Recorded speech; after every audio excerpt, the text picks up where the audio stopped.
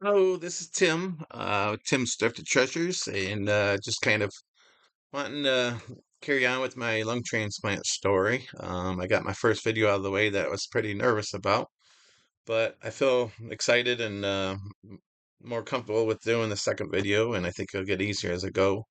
So I do want to try to cover my lung transplant journey from start to finish, and maybe keep people posted on how I'm doing up to date. So I'm gonna go start to cover like my evaluation period.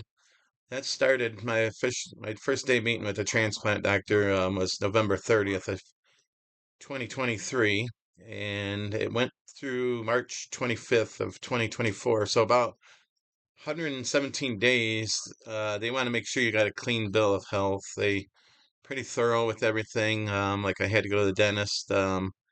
I still have all four of my wisdom teeth. But one of them was kind of a little bit sketchy, so they decided to send me to an oral surgeon down in Grand Rapids to have that wisdom tooth pulled out. But then I had a clean bill of health for my teeth and had to have a colonoscopy. That was the first time with that, and just they check they do a heart cath, check both sides of your heart.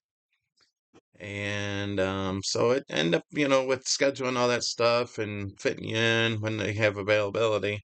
Ended up taking 117 days, which was a little bit nerve-wracking because my health was so bad, and I just didn't really think that I was going to live long enough to accepted donated lungs. So I officially got listed on March 26th of 2024, and it was kind of, you know, kind of had bags packed, for that call. They wanted me to be down at the hospital within 4 hours time, and we're a solid 3 hours from where we live, down to Ann Arbor if everything goes well. But I think as time went on, we got a little bit more comfortable about it, but it was still a little nerve-wracking. Mine ended up working out pretty good where it seemed like I had quite a bit of time when I got my call. So yeah, I prayed when I was listed. I was praying for many different things. The main priority thing my wife pointed out. My wife is a really strong Christian woman of faith, and just she thinks a little bit beyond where we're both very good-hearted people. But she just got a really good heart, and so she, for months before I even was listed for transplant, she was because unfortunately somebody loses their life in order for me to be able to get that second lease on life and get healthy lungs. So she had been we were after she mentioned that she's been praying for this person and their family, then I along started praying for that person too, that they were living their life to the fullest and just making really good memories with their family and everything, and just yeah, just be with that family. So, but along with that, I prayed that I would only get one call. Oftentimes, you might have dry runs, what they're called dry runs, where you get down to the hospital and they get you prepped up, and the lungs might get to the hospital and they realize that they've got bruised from being in an accident or something like that, and or find something else inside the lungs that's not good, and then they give you a red light and they send you home. So I prayed for God to give them wisdom at choosing the right lungs that will be a perfect match that my body will accept well. I'm always going to be on anti-rejection medicine, but just wanted my body to accept them well and hopefully didn't have to deal with any rejection. And yeah, so just one call, perfect match, and no dry runs. So it was April 21st, around 7 o'clock that my memory's not that great. I've heard that the more times you're sedated, you kind of have memory loss, and I think that's definitely impacted me, but that's okay. I'm good with that. So yeah, April 21st, 2024, I got my first call around 7 o'clock in the evening. I was talking with my good friend Wanda on the phone, and I seen a call coming through that I recognized being a U of M number. And the lady said that they were working on something that they think will work for me. And I kind of I wanted to make sure. So I was like, you mean you got potential lungs for me?" And she said, "Yes." So she said that she'll be calling me back and let me know. I felt like she called back about 11 o'clock, said that they were still working on it. and that should call me back. And then it was about 1 o'clock in the morning on April 22nd, 2024, and said, okay, it's we want you down here by 9 o'clock in the morning. So my family, we loaded up, and you would have thought I would have been kind of really scared and nervous about that, but it was like we were loaded up to go on a trip to Disney World, and we got down there more like probably 7:30, 8 o'clock. We were kind of impatient, wanting to get down there, and they took me back about 10:30, got me prepped up, and I think it was my wife's. I believe her time frame was about 7:20. They took me back to the surgery room, and yeah, I just never felt a sense of fear or anxiety. I was just comfortable the whole time. I got into the surgery room, and a lot of people in there. I don't believe I met my surgeon until afterwards, and that was days after my surgery. But there was a lot of people in the room, and they had some pretty wild music playing. It was loud, kind of loud, and they were respectful and asked me what kind of music I liked. But I was familiar.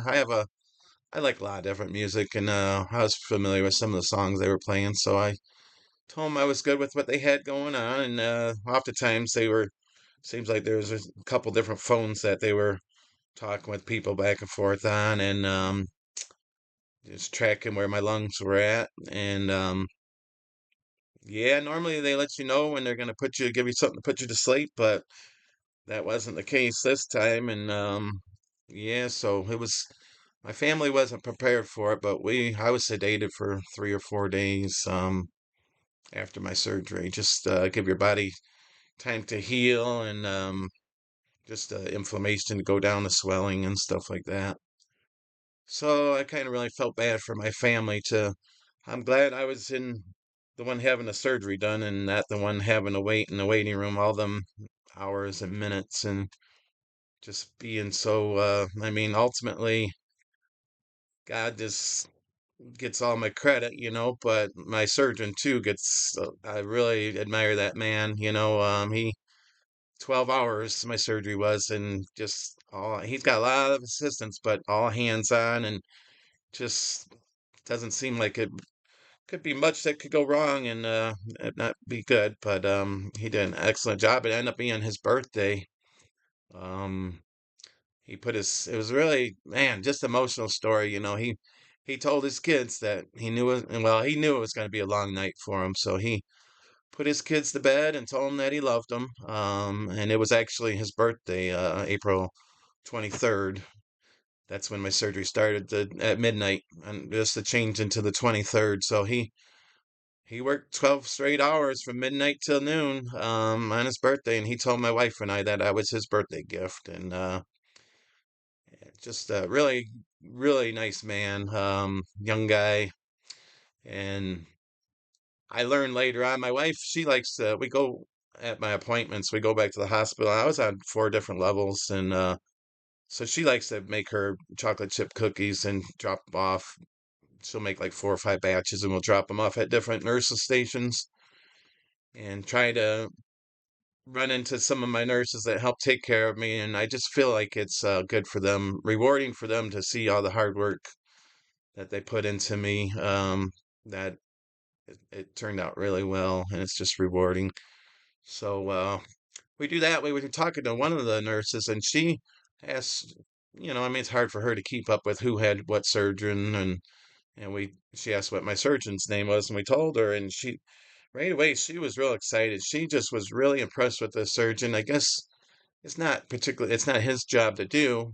It's more so, I think, the physical therapist. When I'm sedated for days afterwards, she witnessed him coming in my room just randomly and doing these range of motion where he lift my arms, my elbows, and stretch my arms out like that, and move my legs around, and just keep my body, from getting all stiff and everything.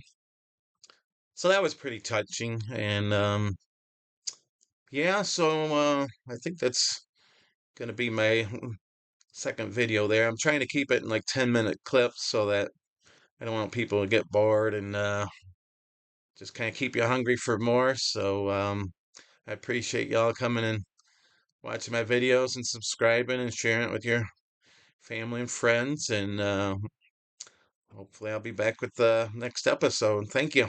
Bye.